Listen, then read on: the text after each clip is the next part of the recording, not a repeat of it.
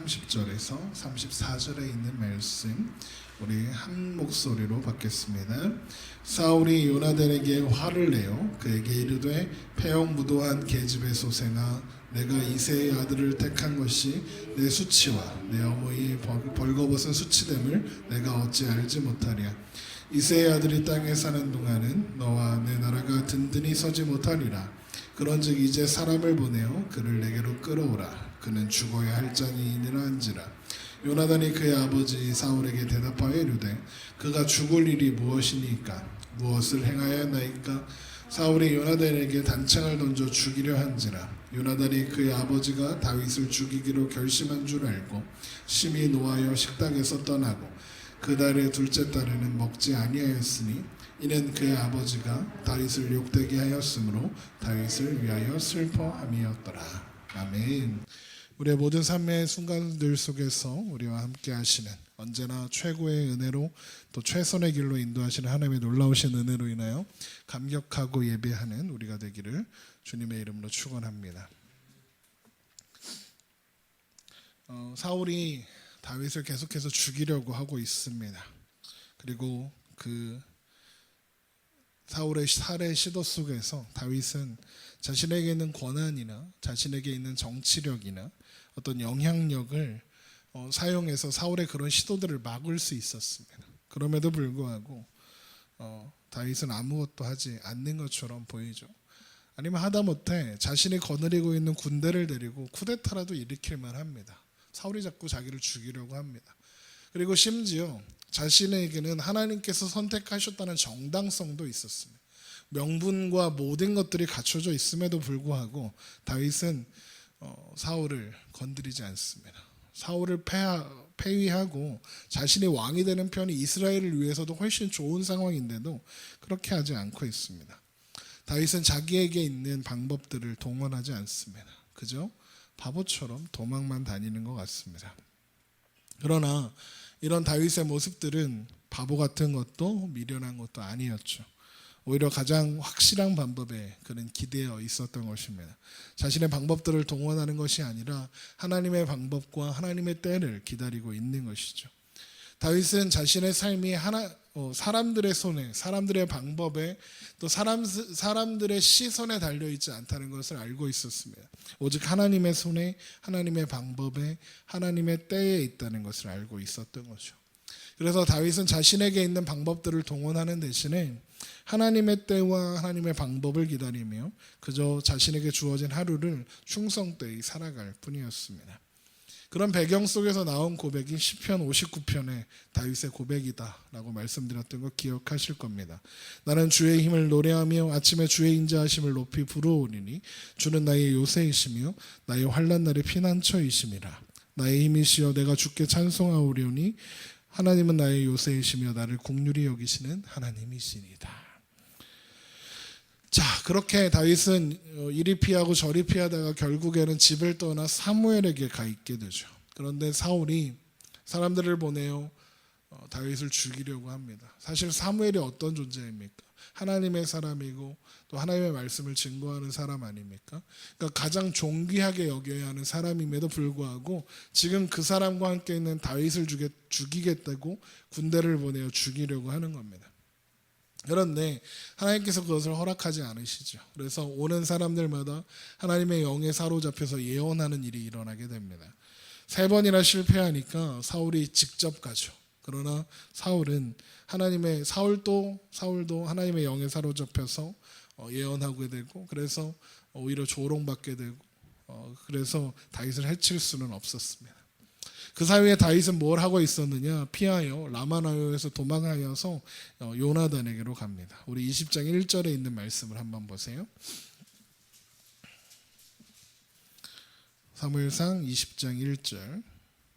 다윗이 라마나요에서 도망하여 요나단에게 이르되 내가 무엇을 하였으며 내 죄악이 무엇이며 내 아버지 앞에서 내 죄가 무엇이기에 그가 내 생명을 찾느냐 하였습니다.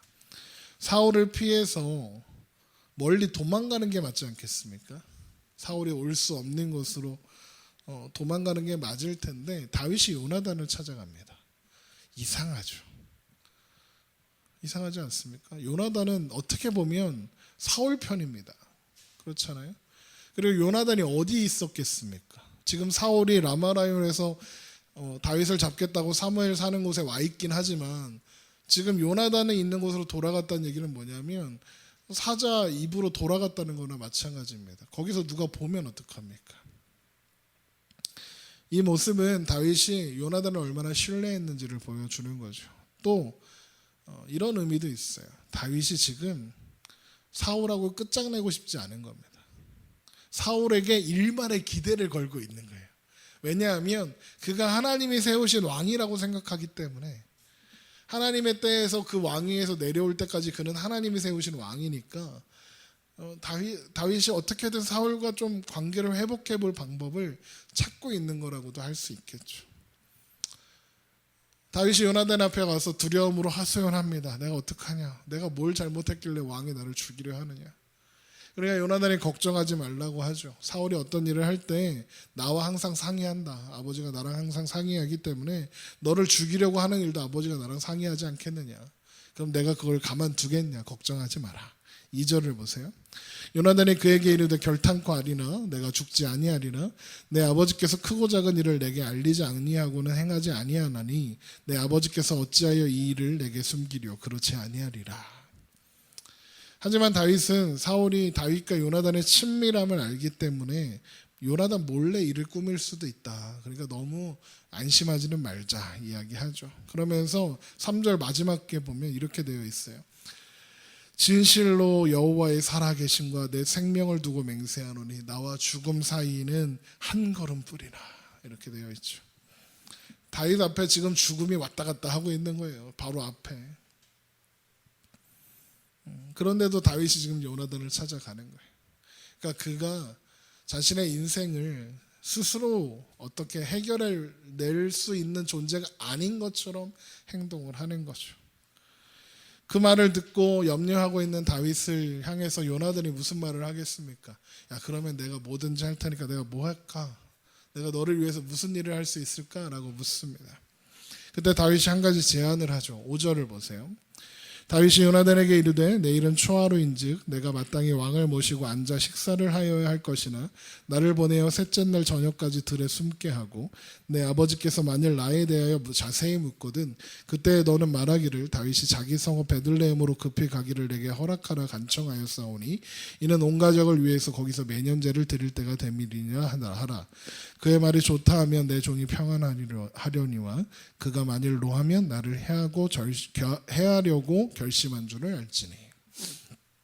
이스라엘 백성들은 초하루를 절기처럼 지켰습니다.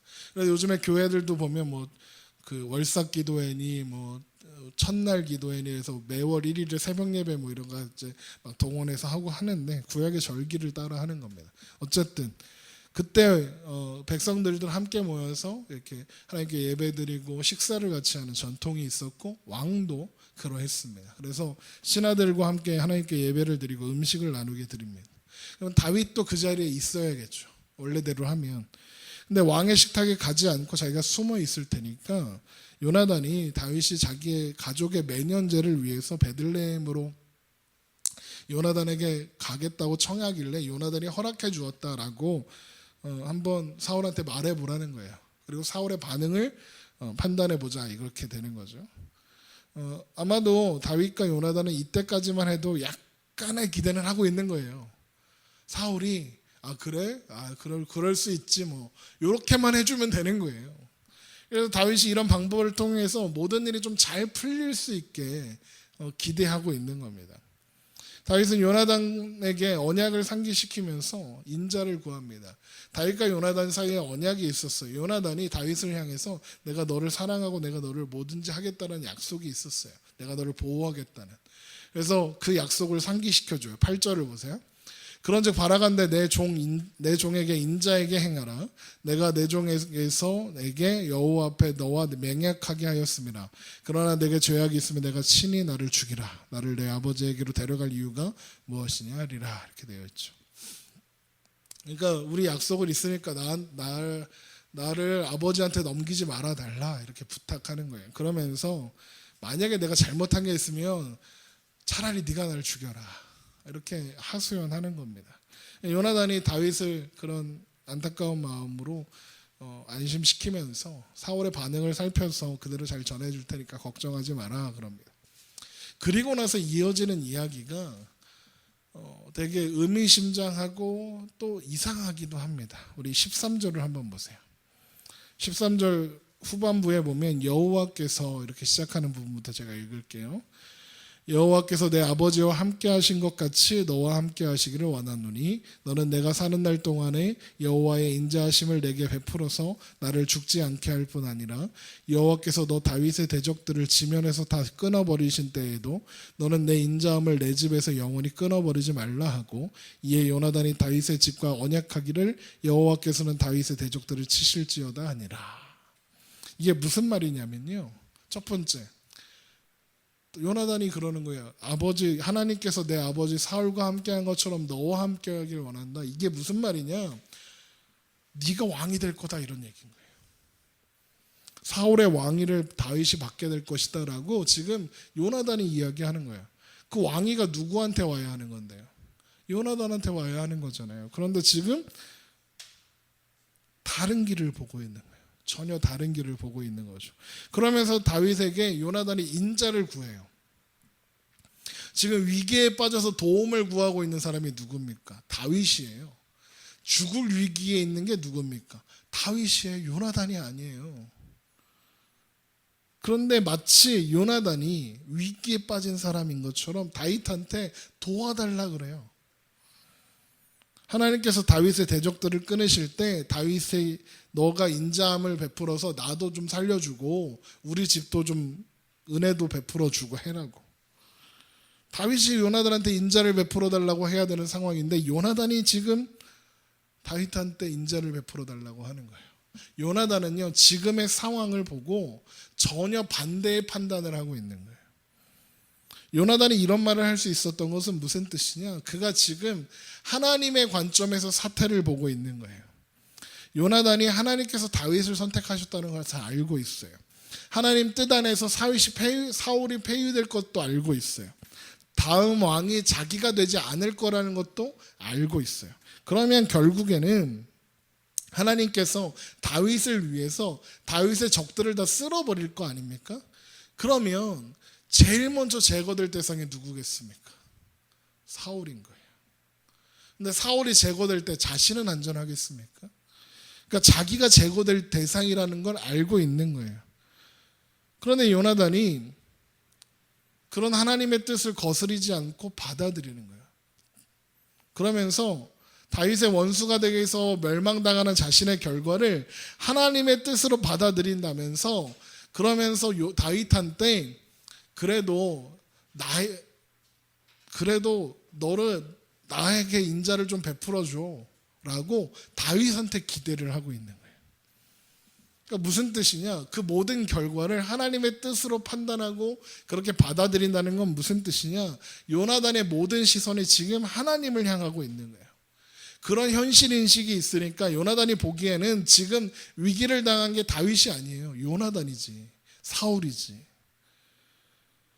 자, 그렇게 요나단은 사울의 마음을 확인하고 활 3개를 쏘겠다고 약속을 합니다.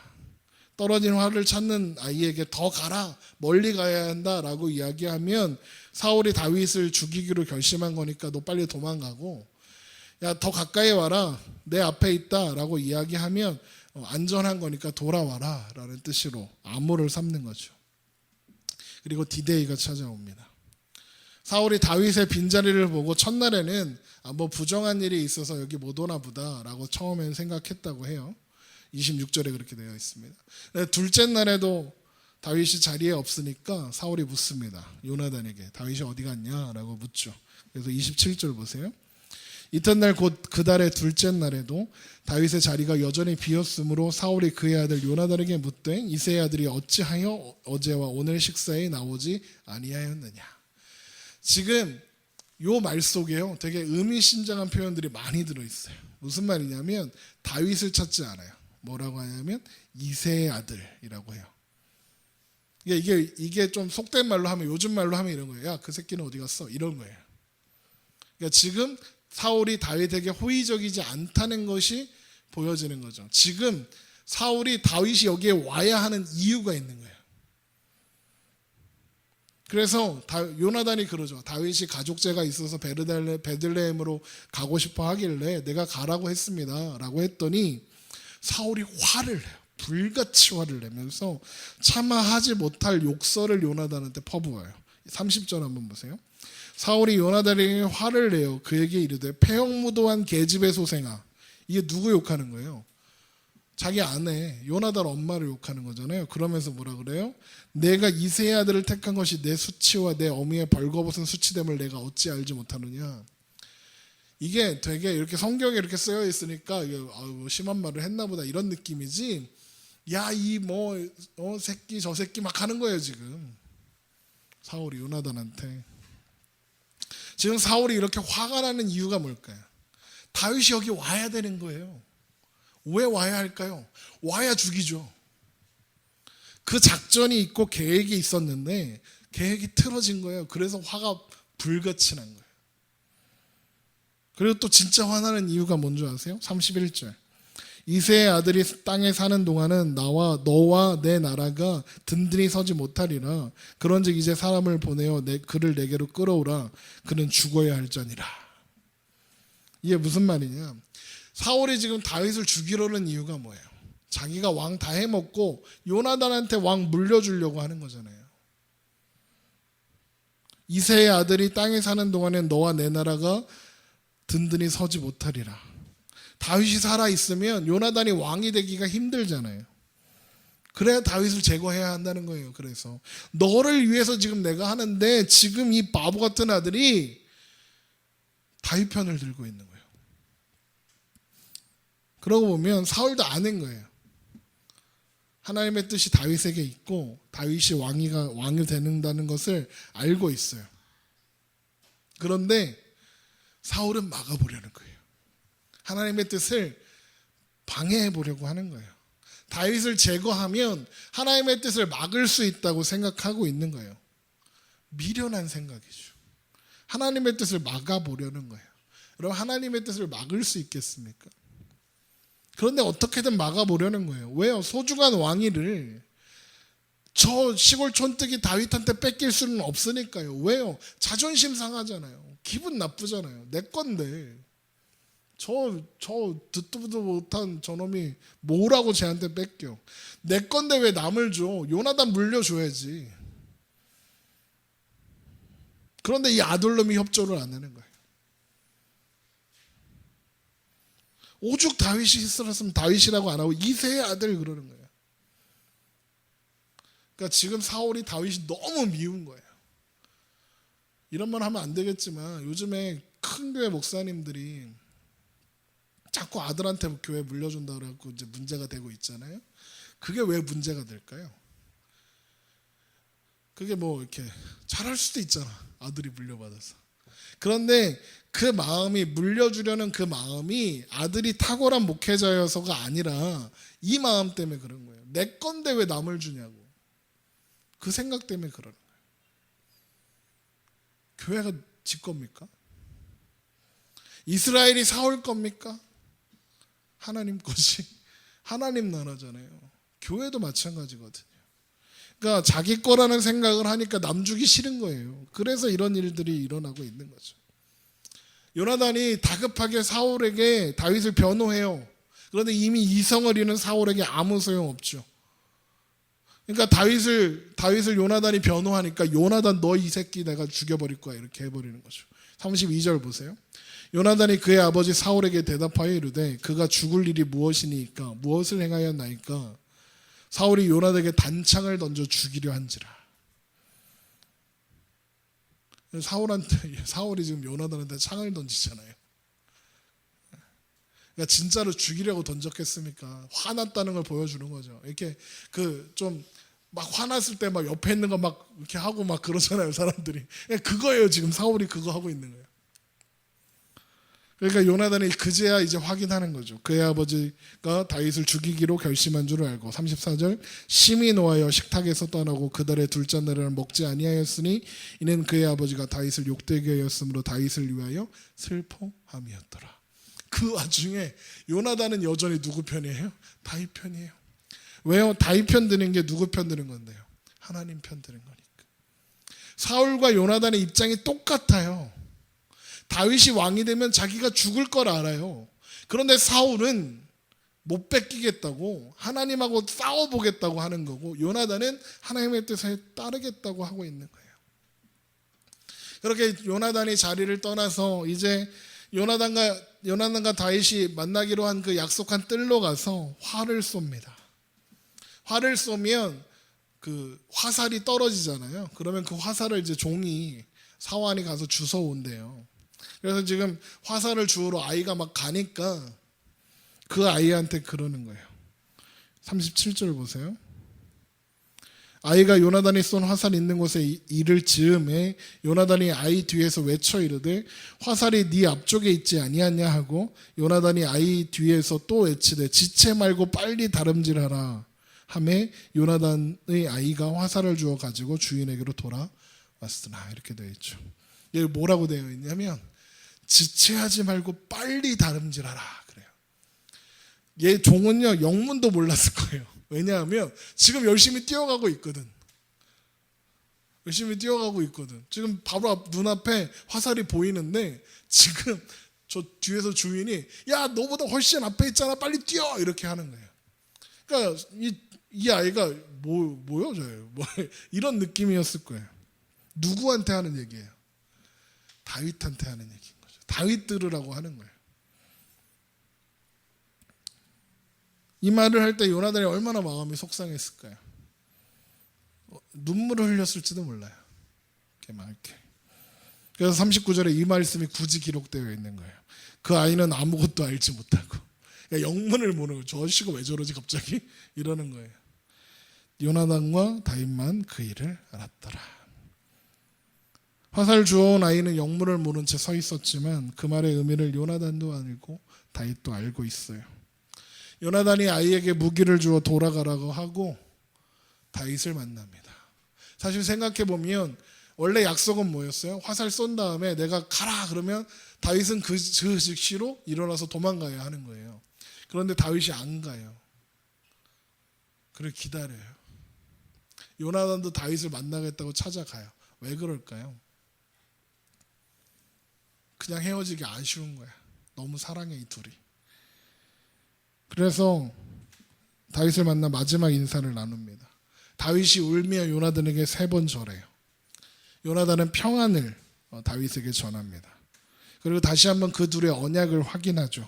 그리고 하나님께서 이 둘의 약속의 증거자가 증인이 되실 것이다 라고 말씀합니다. 41절 보세요. 아이가 가매 다윗이 곧 바위 남쪽에서 일어나서 땅에 엎드려 3번 절한 후에 서로 입을 맞추고 같이 울되 다윗이 더욱 심하더니 요나단이 다윗에게 이르되 평안히 가라. 우리 두 사람이 여호와의 이름으로 맹세하여 이르기를 여호와께서 영원히 나와 너 사이에 계시고 내 자손도 내 자손 사이에 계시리라 하였느니라 하니 다윗이 일어나 떠나고 요나단은 성읍으로 돌아가니라. 그리고 이제 다윗의 도피 생활, 그리고 사울의 다윗 사냥이 시작되게 됩니다. 사람들이요 진정한 사랑을 이야기해요. 그런데 진정한 사랑을 믿지는 않는 것 같습니다. 그래서 조건 없는 사랑이 존재한다는 걸 이해하기를 어려워합니다. 조건 없는 사랑의 모델이라고 하는 부모의 자식을 향한 사랑도 정말 조건이 없다고 할 수 있는 시대인가 이런 생각도 듭니다. 저희 교회 자주 오셨던 오선아 선생님 기억하실 겁니다. 오선아 작가가 학부모 상담들을 많이 하는데 부모님들이 오셔서 그런 이야기를 한답니다. 우리 애가요 처먹고 잠만 자요 그런답니다. 그러면 이 오선아 선생님이 무슨 대답을 하는지 아십니까? 소원 성취되셨네요. 아이가 뱃속에 있을 때는 건강하게 태어나서 잘 먹고 잘 자면 좋겠다라고 생각하셨잖아요 라고 대답한답니다. 그렇죠. 소원 성취된 거잖아요. 잘 먹고 잘 건강하게 튼튼하게 잠 잘 자고 아이가 어렸을 때는 부모가 갖는 소원이 그거 하나잖아요. 그런데 조건이 자꾸 생겨요. 기대가 생기고 조건이 생기죠. 그것에 충족하지 못하면 아이를 쪼여요. 막 괴롭히죠. 어떤 고3 아이가 있었어요. 수능 점수를 받았는데 수능 점수 성적이 나오는 날인데 성적이 너무 잘 나온 거예요. 그러니까 서울에 있는 모든 대학에 지원할 수 있을 만큼 좋은 점수를 받았대요. 그런데 그 아이가 수능 성적표를 자기 책상에 놓고 그리고 편지 한 통을 놓고 자기 방에서 뛰어내려서 생을 마감했다고 해요. 아이의 책상에 놓여있던 유서에는 이렇게 써 있었다고 해요. 이제 됐죠? 오늘이 어린이주의라고 해서 무슨 절기도 아니고 사실 이제 한국교회가 어린이날을 기념하며 이렇게 해서 만든 어린이주일인데 우리가 자녀들이 뱃속에 있을 때 가졌던 처음 소원들이 있잖아요. 그거 기억하면서 먹고 잠만 자는 자녀를 보시거든. 소원 성취되었구나 라고 해야 되는데 어쨌든 우리가 그렇게 조건 없는 사랑을 경험해 본 적이 없는 사람들이라서요. 하나님의 사랑도 그렇게 해석해 버리고 말아요. 하나님의 사랑에 조건이 없을 리 없다. 내가 뭘 잘해야, 내가 뭔가 복받을 일을 해야, 그래야 내가 뭔가 하나님께 잘 보여야지. 아니 내가 그냥 있다고 어떻게 하나님이 나한테 복을 주셔? 어떻게 하나님이 나를 사랑하셔? 그래서요 우리를 사랑하사 십자가에 죽으시고 다시 살아나셔서 우리에게 진리를 할지니 진리가 너희를 자유케 하리라 라고 자유를 주셨음에도 불구하고 그 사랑 안다고 하면서 우리가 어떻게 하냐면 자꾸 스스로 멍해를 짊어지려고 해요. 자꾸 스스로 자기를 증명하려고 해요. 심지어는 자기를 증명하기 위해서 하나님도 거역해요. 그게 사울이잖아요. 하나님의 사랑으로 하나님의 은혜로 왕으로 세워진 사울이잖아요. 스스로 자신을 증명할 필요가 없어요. 하나님이 그 존재를 증명해 주시니까요. 하나님의 말씀에 순종하며 하나님께서 기뻐하시는 길을 가면 돼요. 그러면 하나님께서 사울을 높이실 거예요. 그런데 사울이요 자신을 스스로 증명하려고 하는 거예요. 하나님의 사랑, 하나님의 은혜 다 잊어버리고 뭐만 남았냐면 자존심만 남았어요. 그 자존심 지키기 위해서라면 무엇이든지 할 수 있는 사람으로 전락하고 만 거예요. 그래서 자존심 지키기 위해서 뭐 합니까? 하나님을 대적하는 거예요. 우리 누가복음 18장 한번 볼까요? 하나님께서요 그래서 하나님 앞에서도 자존심 세우려는 우리에게 하나님이 우리에게 요구하시는 신앙이 이런 거예요. 누가복음 18장 15절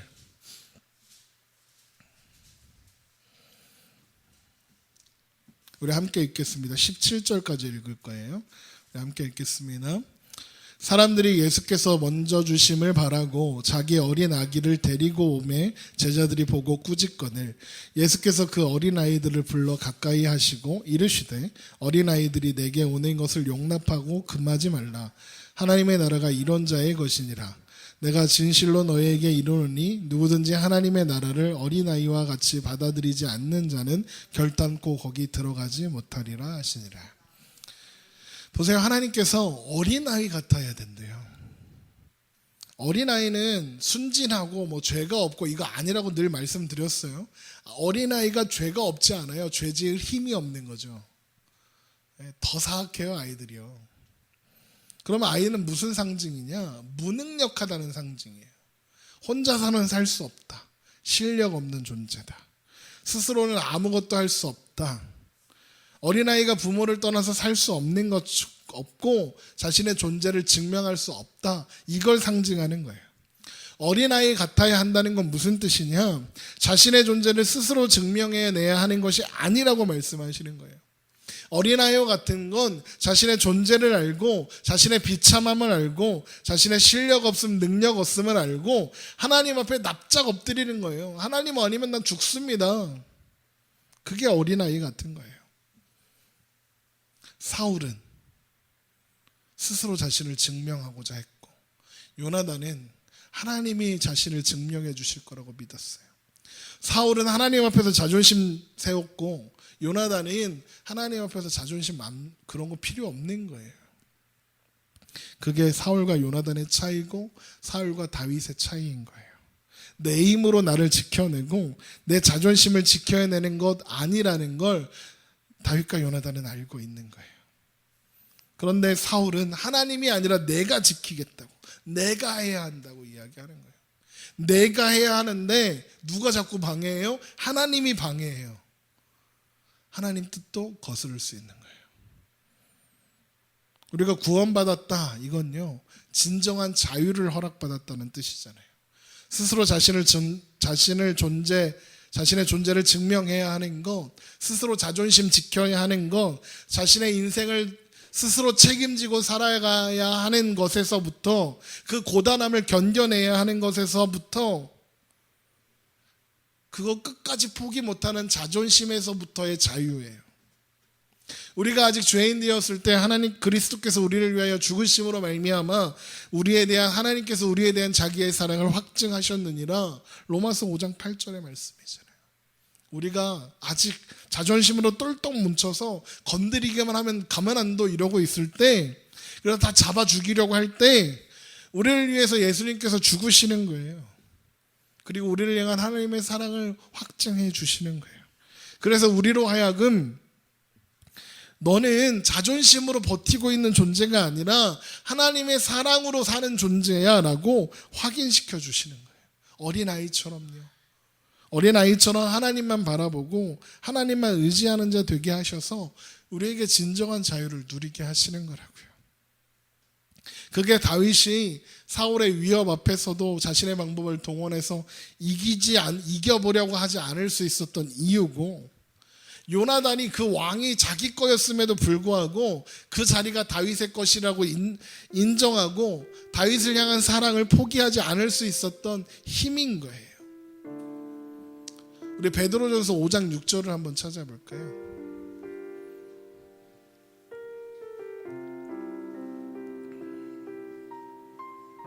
베드로전서 5장 6절에 있는 말씀이에요. 우리가 잊지 말아야 하는 말씀이에요.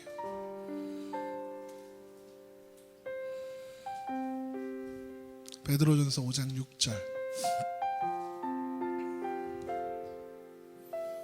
우리 한 목소리를 읽어보겠습니다. 그러므로 하나님의 능하신 손 아래에서 겸손하라. 때가 되면 너희를 높이시리라. 우리 한 번 더 읽을까요? 그러므로 하나님의 능하신 손 아래에서 겸손하라. 때가 되면 너희를 높이시리라. 여러분, 우리가 높아지면 하나님이 낮추세요. 그런데 하나님이 우리가 낮아지면요 하나님 우리를 높이신다 말씀하세요. 그런 찬양도 있더라고요. 우리가 높아지면 그가 낮추시리, 우리가 낮아지면 그가 높이시리. 여러분, 하나님의 능하신 손 아래에서 겸손한 어린아이와 같은 마음으로 사는 우리가 되기를 주님의 이름으로 축원합니다. 여러분, 하나님 앞에 자존심 세울 게 무엇입니까? 내 힘으로, 내 능력으로 내 자기 증명해서 높아지는 것 아니라 하나님이 높이신대요. 여러분, 하나님 안에서 높아지는 것이 진짜 높아지는 겁니다. 하나님 안에서 귀하게 여김 받는 것이 진짜 귀한 거예요. 사람들이 아무리 대단하다, 훌륭하다, 야 역시 왕입니다, 당신이 최고입니다,